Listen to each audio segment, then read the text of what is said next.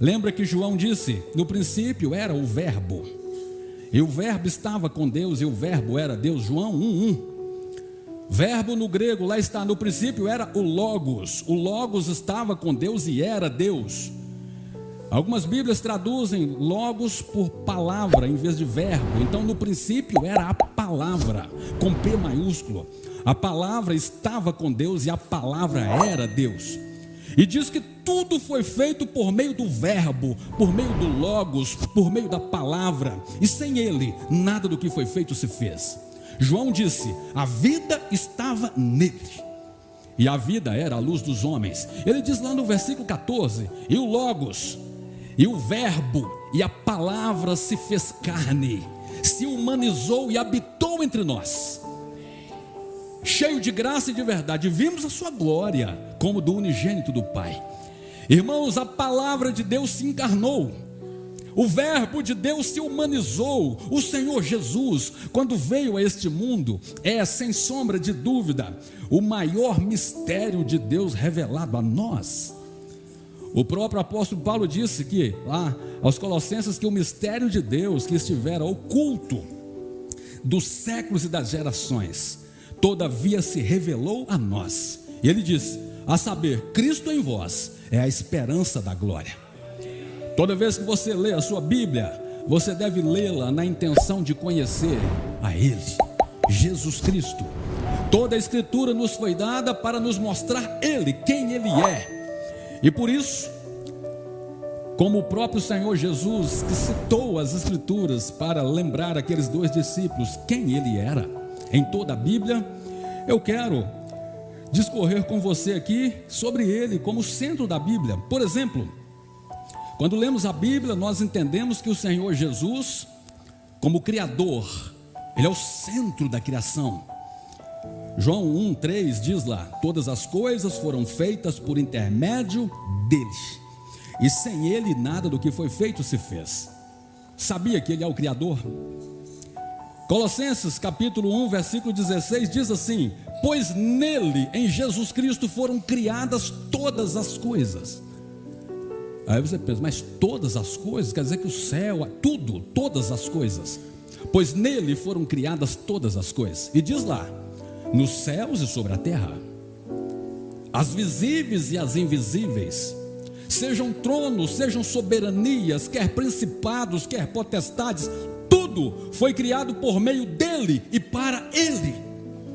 Ele é antes de todas as coisas, e nele tudo subsiste. Há uma outra versão que diz: e nos seus ombros estão firmadas, subsiste todas as coisas. Ele não só é o criador de todas as coisas, como também é o mantenedor da sua criação, funcionando ordenadamente. A nossa cidade é cheia de árvores. Durante o dia dá para a gente ver umas árvores por aqui. Sempre que eu estou pregando, eu vejo alguma árvore abanando as suas galhas, e eu sempre me pergunto: quem é que cuida? Quem é que dá vida àquelas árvores? Será que é a 8ª igreja aqui do lado? É o vizinho de frente? É a prefeitura que mantém essas árvores vivas? E o mesmo vale para as formiguinhas, para tudo que há. E a gente pensa assim: quem é que mantém isso? A palavra diz: nele tudo subsiste. Ele é muito mais do que o que nós imaginamos, irmãos. Ele é o nosso Salvador, é o nosso Redentor, sim, mas Ele também é o Criador. Ele é o centro da criação. Quando nós lemos a Bíblia e procuramos entender que Ele é o centro, além de ser o Criador e o centro da criação, Ele também veio como profeta, e Ele é o centro da profecia. Por exemplo, Hebreus capítulo 1, versículo 2 diz que, havendo Deus outrora falado muitas vezes, de muitas maneiras, aos pais pelos profetas, nestes últimos dias nos falou pelo Filho, a quem constituiu o herdeiro de todas as coisas, pelo qual também fez o universo. Nos últimos dias Ele nos falou pelo Filho. Então o Senhor Jesus veio como profeta. Profeta é aquele que Deus usa para falar com o povo. Onde o Senhor Jesus passava, as multidões estavam atrás dele, e algumas pessoas, quando eram perguntadas: quem é este? Respondiam: este é o profeta Jesus de Nazaré. Por exemplo, Isaías capítulo 9, versículo 6, para provar para você que ele é o centro da profecia. Isaías já havia profetizado sobre ele, porque um menino nos nasceu, um filho se nos deu, o governo está sobre os seus ombros, e o seu nome será Maravilhoso Conselheiro, Deus Forte, Pai da Eternidade, Príncipe da Paz. Quando o Senhor Jesus vem, estava cumprindo a profecia mais extraordinária, aquela que começou lá atrás em Gênesis 1,15, que os estudiosos chamam de o proto-evangelho. O primeiro evangelho pregado foi o próprio Deus quem o prenunciou. Lembra quando Adão e Eva caiu? Claro, lembra pela leitura, não é? E aí, não tem ninguém tão velho assim aqui. E por isso que você precisa ler a Bíblia. Deus chamou Adão, Eva e a serpente, deu uma sentença para cada um deles. Quando chegou a vez da serpente, Deus disse para ela: rastejarás todos os dias da sua vida e comerás o pó da terra. E ele disse: da semente da mulher vai nascer um que lhe esmagará a cabeça. Quem é o descendente da mulher? Qual o nome dele? Mais alto. Mais alto. Mais alto.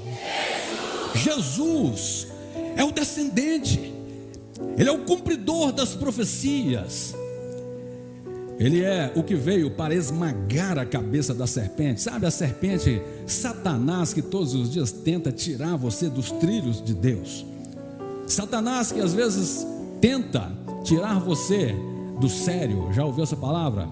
Conseguiu me tirar do sério às vezes, e ele, como o inimigo, como leão que ruge ao derredor, está buscando tragar. Mas a palavra de Deus diz que o Senhor Jesus, para isso se manifestou, o Filho de Deus, para nos libertar das obras do diabo.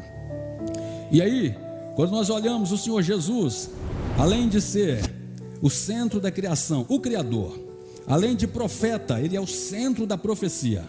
Também eu não posso deixar de te dizer que, como Redentor, ele é o centro da redenção.